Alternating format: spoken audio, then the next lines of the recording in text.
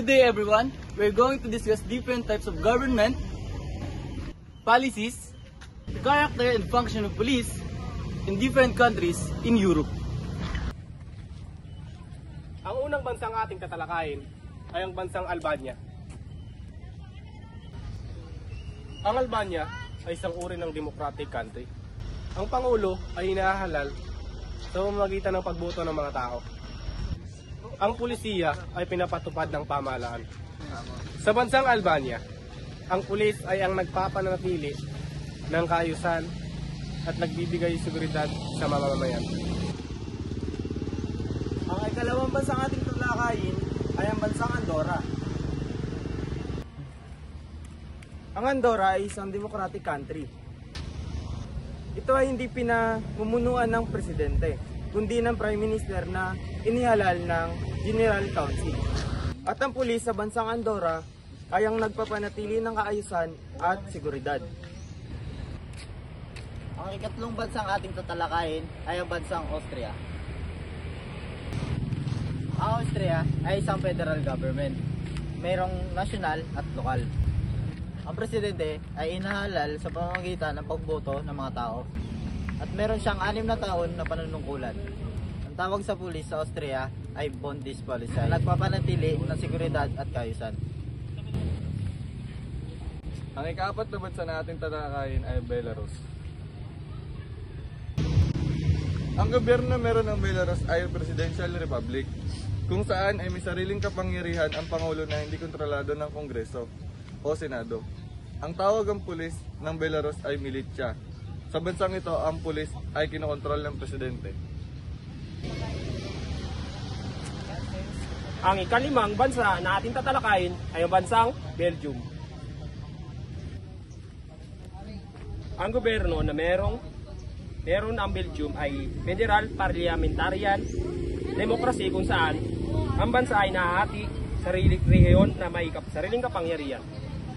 Ang mga tao ay bumuboto ng leader at namumuno sa bansang ito ay Prime Minister.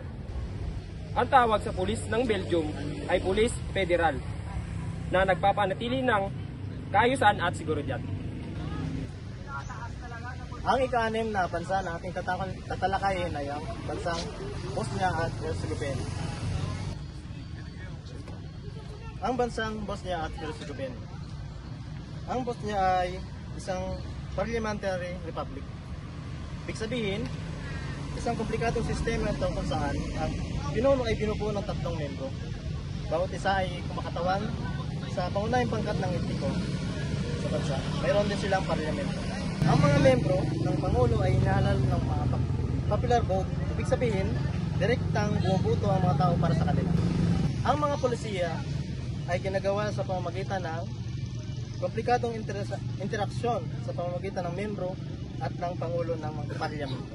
Isang demokrasya ito, pero may mga mahalagang hamon dahil sa mga divisyon at etiko, komplikadong istruktura ng politika.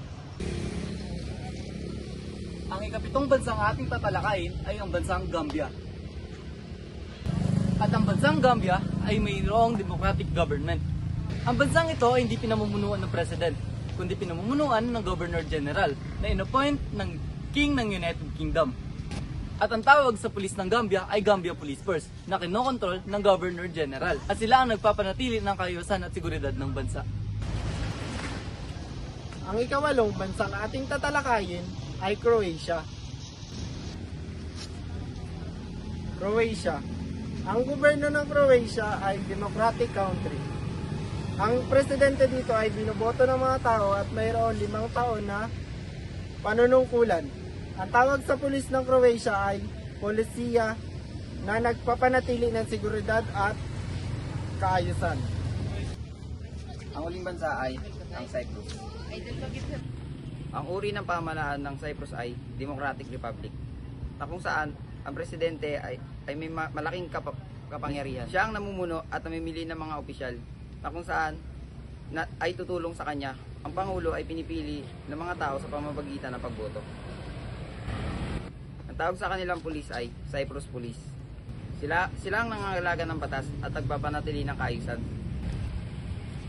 Ang iba't ibang bansang aming tinalakay ay may iba't ibang paraan ng pagboto, paggalala ng mga mamumuno para sa kanilang mga bansa. Ang iba't ibang bansang ito ay may iba't ibang tawag sa kanilang mga pulis. Pose with the fans.